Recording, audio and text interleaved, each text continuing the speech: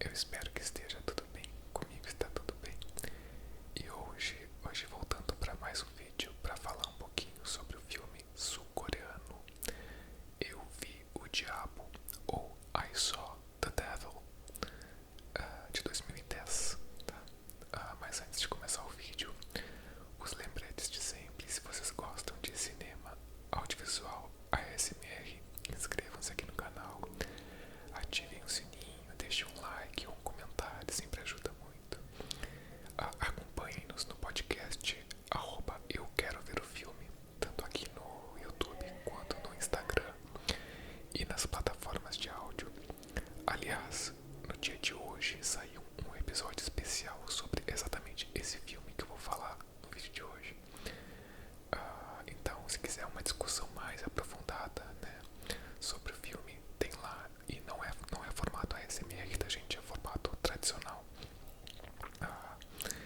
E também siga a Bibi no @merci_bibi aqui no YouTube. Não, desculpa, no Instagram, @merci_bibi. E aqui no YouTube é só procurar por Merci Bibi, tá? Então, gente, eu queria começar o vídeo de hoje, bom, falando sobre esse filme. E eu acabei vendo esse filme justamente por causa do podcast, já falei aqui pra vocês, né? E eu sinceramente nunca tinha ouvido falar. Um filme de 2010, né, sul-coreano. E foi uma escolha de um dos integrantes do nosso podcast. A gente sempre faz uma corrente no podcast que é a seguinte: alguém escolhe um filme, né, e baseado nesse filme, a próxima pessoa tem que escolher, né? Pode ser baseado em qualquer coisa, tipo um ator igual, um objeto, sei lá, uma ambientação, algo, o tipo de história, qualquer elemento, né? Um elemento que seja recorrente. Daí a pessoa liga, né? Faz o link e vai escolhendo o filme, né?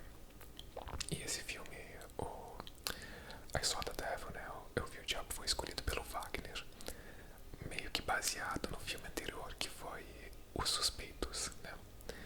E então tive a oportunidade de ver. Mas antes de começar a falar sobre ele, eu vou ler a sinopse e dar o aviso de spoiler, tá? Bem importante. Vou fazer spoilers, vou dar spoilers do filme, né? Então, né, estejam avisados disso, né? Eu sempre gosto de frisar. E além do aviso de spoilers, eu vou dar um aviso também, que esse filme, né, se forem ver, é um filme bem violento, tá? Então, ele tem, assim, algumas cenas de violência bem pesadas, assim, bem explícitas. Então já gostaria de deixar esse aviso aqui também. Então vamos lá, vou começar falando aqui a ficha técnica, a sinopse, aliás, pra gente abrir os trabalhos.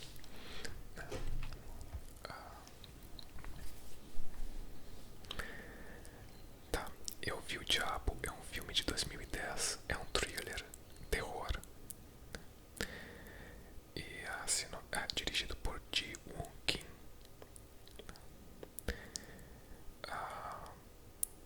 A sinopse é a seguinte: Kyung-chul é um perigoso psicopata que mata por prazer. Um dia, a noiva do agente secreto Kim So-hyun se torna presa do psicopata e é encontrada morta em um horrível estado. O noivo caça o criminoso, espanca-o brutalmente e o liberta, iniciando um jogo de gato e rato. Então, bom, gente, como eu falei, né, até dei um aviso, esse é um filme bastante violento, tá? E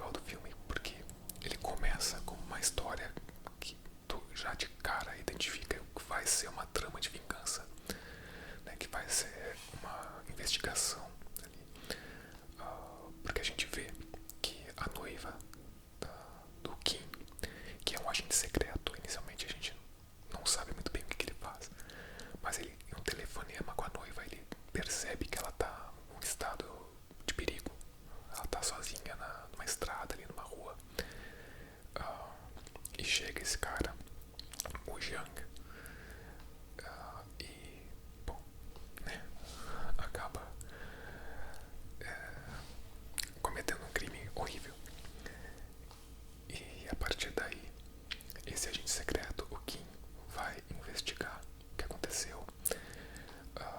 É um crime muito pesado, assim, tipo, envolve coisas como desmembramento. É como eu falei pra vocês, é bem forte, tá? Bem forte. O que acontece? Aí a gente percebe, tá? Vai ser uma trama de vingança, uma trama de perseguição, investigação. Tá, beleza. Tô acostumado, a gente tá acostumado com esse tipo de trama.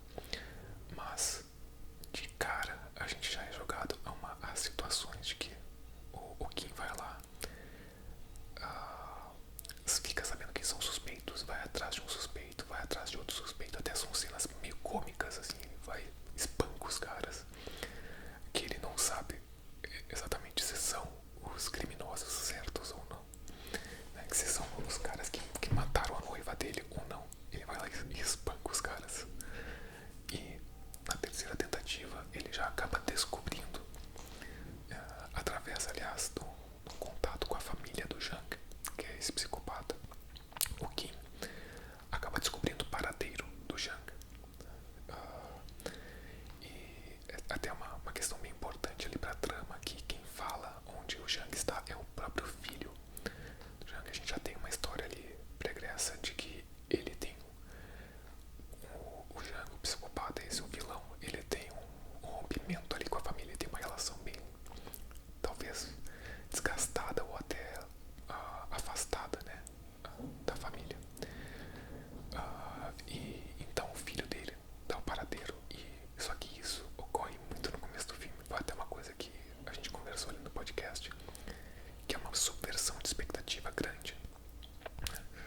E então eles já se deparam, né, ali no começo.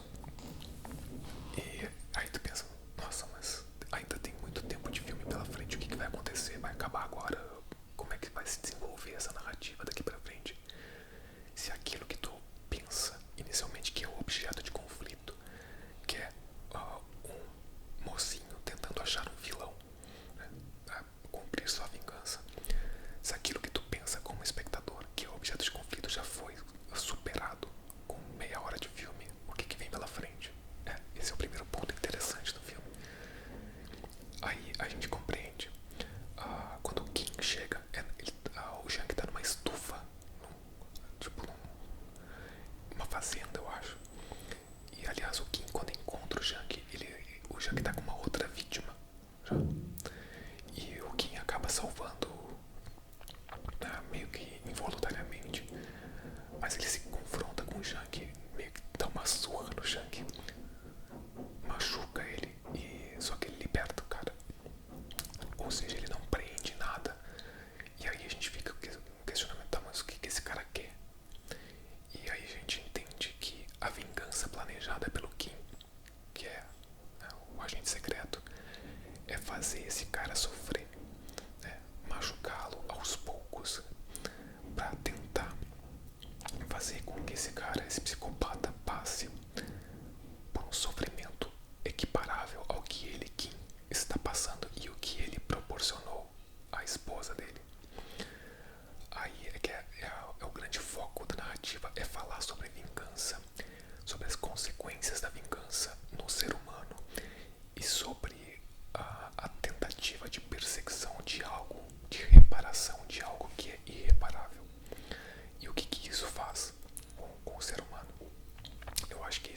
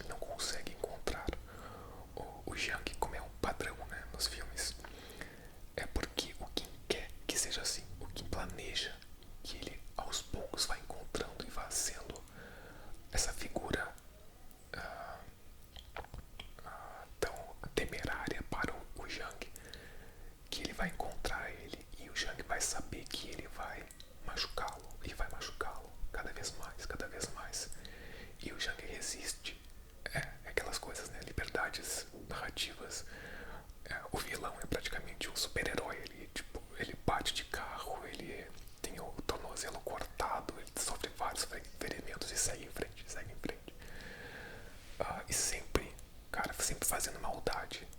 E é assim, dessa forma bem estereotipada mesmo. Que eu falei de propósito, é um vilão. E é pra ser um vilão. Porque sim, isso eu acho interessante também. Eu falei aqui no vídeo dos suspeitos que, no caso, tem um problema. Eu vou tentar não dar spoiler dos suspeitos, porque esse vídeo não é sobre suspeitos, mas que teriam alguns problemas de construção de personagem, de entender a lógica de algumas personagens, porque o filme, Os Suspeitos, ele tenta fazer alguns diálogos explicativos que na verdade não dão muito subtexto, eles mais relatam fatos e ações do que não subtexto de personagem. Porém aqui, no I Saw the Devil, não é a intenção. A intenção não é trabalhar subtexto, não é trabalhar a construção das personagens e falar muito sobre personagens. A intenção aqui é mais estudar o efeito, né? Se debruçar sobre a vingança e as suas consequências. Então, o filme de cara assume que esse vilão é um psicopata, porque sim, porque é um psicopata que tem prazer em fazer maldades e em cometer crimes horrendos. E é isso. O filme não se debruça sobre lógica interna. Ele é simplesmente um personagem que não demonstra muitas emoções, assim, não demonstra nem até não demonstra muitas fragilidades e isso é muito chave para o desenvolvimento da história, porque a intenção do Kim, como eu falei anteriormente, é machucar o Jung, fazer com que ele sofra. Aos poucos ele vai percebendo que o Jung não demonstra esse sofrimento, não corresponde às expectativas de vingança do Kim. Que obviamente o Kim está perseguindo algo que é irremediável, que é a morte da esposa dele. Nada vai trazê-la de volta e nada vai curar essa dor. E isso é uma coisa interessante nessa narrativa. Como eu falei, não é uma história de personagem. Então a gente tem um vilão que é um vilão por ser um vilão, um psicopata e ponto. E a gente tem um herói que, ao contrário das jornadas que a gente está acostumado em narrativas tradicionais, é um herói que praticamente começa o filme despedaçado emocionalmente e que vai terminar o filme despedaçado, talvez até mais, provavelmente mais despedaçado ainda emocionalmente. E ele sabe que ele vai estar assim, então ele não tem exatamente uma mudança para melhor. Ao contrário, ele sabe que isso vai acontecer e ele persegue e continua perseguindo aquilo que é irremediável. Então essa é uma parte interessante da narrativa. E aos poucos, o Kim, que é um personagem interpretado de forma muito fria, ele demonstra aquele cara extremamente fechado, não tem muitas expressões. Ele é um cara que é... Ele é muito hábil. É tipo aqueles heróis de ação mesmo, tipo John Wick, assim, heróis. Ele é muito ágil, muito hábil, muito forte. Então ele tem toda essa... Ele deve ser um agente treinado. E a gente vê que ele não demonstra emoções. Entretanto, a gente tem uma atuação de ações internas do ator que é excelente. Tá? Essas atuações, tanto do vilão, o vilão é aterrorizante. É uma atuação que assim te dá medo, né? Te dá... É perturbador, eu acho que é a palavra correta.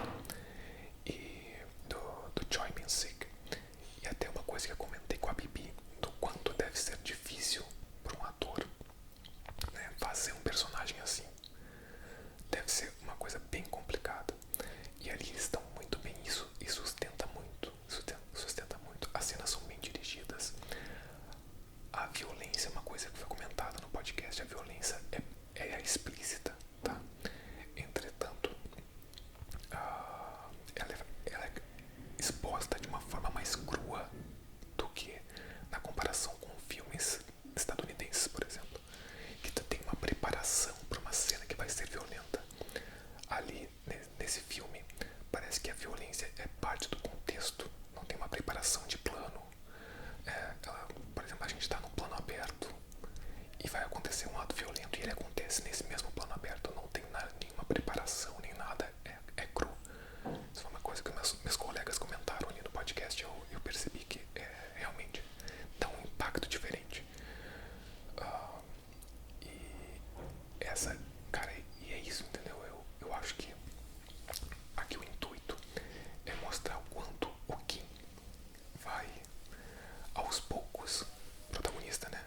Aos poucos ele vai entrando nessa obsessão por vingança e ele vai cada vez mais cometendo atos, fazendo atos que ele não faria. E isso vai destruindo ainda mais com o psicológico dele, que já estava totalmente abalado, a ponto de, aí eu vou entrar mais pro final do filme, ele envolver a família do Yang nessa trama de vingança dele, porque ele percebe em certo momento que ele não consegue alcançar mais os sentimentos do Yang, do vilão. Nada que ele faça abala aquele cara. Ele simplesmente é aquele ser psicopata e não tem emoção, não demonstra emoções, não dá aquilo que o Kim quer. Então ele planeja ali, aí eu vou pra cena final, spoilers, já dei aviso de spoilers.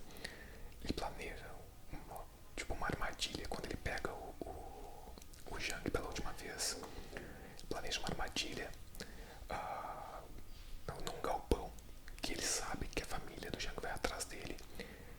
Ele sabe que a família do Yang vai vê-lo numa situação ali bem vulnerável, digamos assim, numa situação que ele está preso ali, acorrentado, com os braços abertos.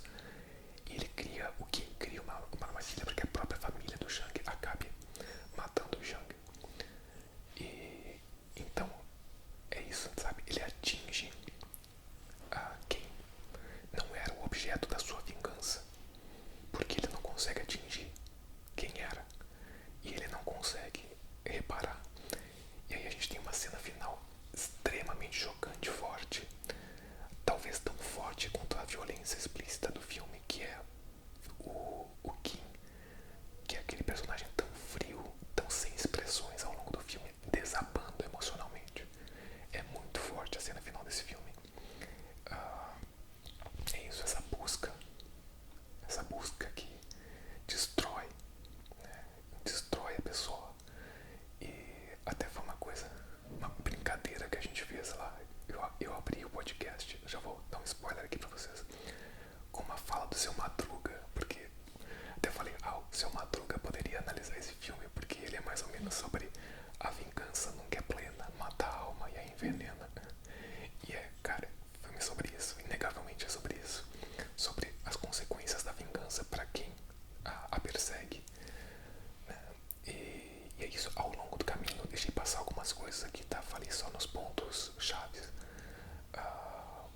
O Kim também destrói com a família do pai da noiva dele, né? O pai e a irmã, se não me engano, da noiva, que pedem em certo momento para ele parar, pro Kim parar a sua busca, parar a sua vingança, porque a coisa tá escalando, né?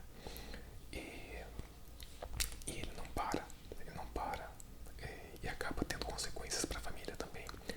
E outro ponto que eu não poderia deixar passar nesse filme, que é perturbador também, é que tem uma narrativa ali, em certo momento, sobre canibalismo. A gente descobre que o Yang tem uma relação, eu não sei que tipo de relação de amizade, com um casal que é canibal. E a gente, pelo menos a relação que eu fiz aqui, ele fornece, né, a carne para esse casal. E é uma coisa extremamente perturbadora. Tu vê assim, esse casal numa mesa comendo. E claro, obviamente, mostra só uns pedacinhos de carne. E tu não,